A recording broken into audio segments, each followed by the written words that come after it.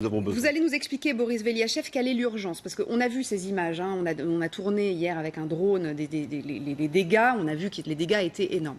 L'urgence, c'est quoi? C'est de reloger les gens, parce qu'en même temps, l'exaspération monte, on l'a écrit sur cet écran, il y a beaucoup d'insécurité, bien sûr. L'urgence, c'est quoi quand il y a 1,2 milliard d'euros de dégâts?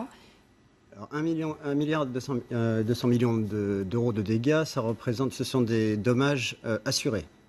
Et en fait, il y en a beaucoup plus que ça. Il faut savoir qu'en France, les assurances, les gens sont couverts à 98% à peu près par les assurances, alors que dans les départements comme les départements d'outre-mer, je crois si j'ai les chiffres exacts, à Saint-Martin, ça doit être de l'ordre de 48%.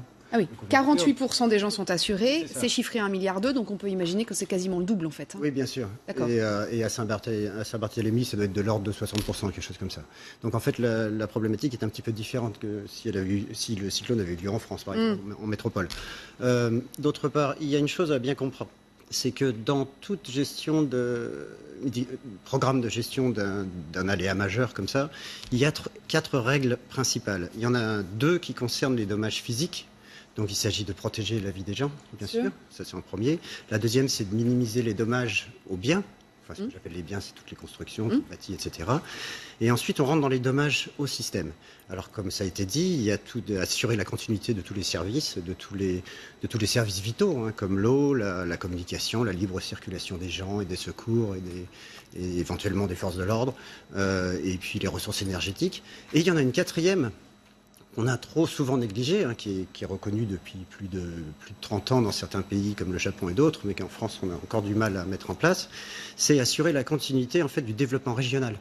Oui, c'est après, c'est J plus 10, plus 20. Voilà, plus c'est 30, ça, parce que plus maintenant 6 mois, on va rentrer. Alors il y a la phase d'urgence. La phase d'urgence où il faut venir en urgence en aide aux gens, donc on les met dans les endroits où on peut les mettre, ce qui reste debout. Et ensuite, il va falloir créer du temporaire pour pouvoir mettre tous ces gens avant de pouvoir reconstruire. Il y a quand même 60% des maisons qui ont été détruites. Et ce temporaire pose un vrai problème. C'est-à-dire qu'en général, on prend un terrain, enfin, ce qui se fait le plus couramment, c'est qu'on va prendre des terrains disponibles et puis on va aligner des préfabriqués. Et souvent, le problème, c'est de rester là-dessus. Ça pose un problème, ça pose un problème même au Japon, hein, dans un pays comme le Japon. En 2011, ils ont eu le fameux tsunami et le fameux tremblement de terre. Il faut savoir qu'au bout d'1 an, les gens ne pouvaient plus vivre là-dedans, ça posait des réels problèmes. Il a fallu qu'il y ait des architectes. Il faut réfléchir à long terme, en fait, c'est ça que vous dites, il faut réfléchir à long terme. Moi, j'ai une question, pardonnez-moi, je vous coupe, encore une question pour vous, Thibault Langsat. Je suis chef d'entreprise à Saint-Martin.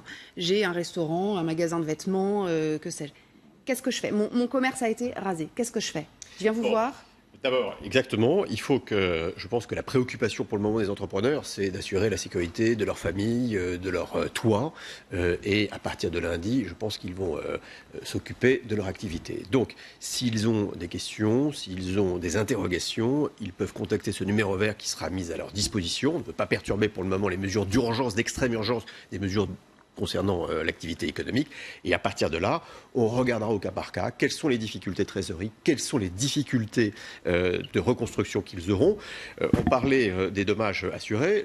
La situation de cas de force majeure va être évoquée et donc il y aura bon nombre de prestations dans ces contrats qui ne seront plus couvertes par des assurances traditionnelles. Donc il va falloir qu'on fasse un état des lieux. Quel sera le concours, on va dire, de l'État, des fonds qui seront mis à disposition? On commence à avoir les sommes, mais est-ce que ce sera en adéquation avec la problématique des entrepreneurs? Elles seront diverses et variées. Il va falloir qu'Emmanuel Macron arrive avec un chèque, quoi. Saint-Martin était déjà dans une situation économique importante, tendue. Il y avait 33% de chômeurs dans cette situation. Une complexité administrative réelle qui en faisait un territoire très déséquilibré par rapport à la partie hollandaise. Et c'est là où maintenant nous devons être attentifs dans cette phase de reconstruction. Bien, merci beaucoup à tous les deux en tout cas d'être venus nous expliquer tout cela. On va continuer d'en parler bien sûr parce que c'est pas parce que l'ouragan est passé et que les gens a priori sont mis en sécurité que tout va mieux, notamment sur la situation sécuritaire qui est extrêmement compliquée. On suit tout ça bien évidemment. Tout de suite, Dominique de Montvalon pour le programme de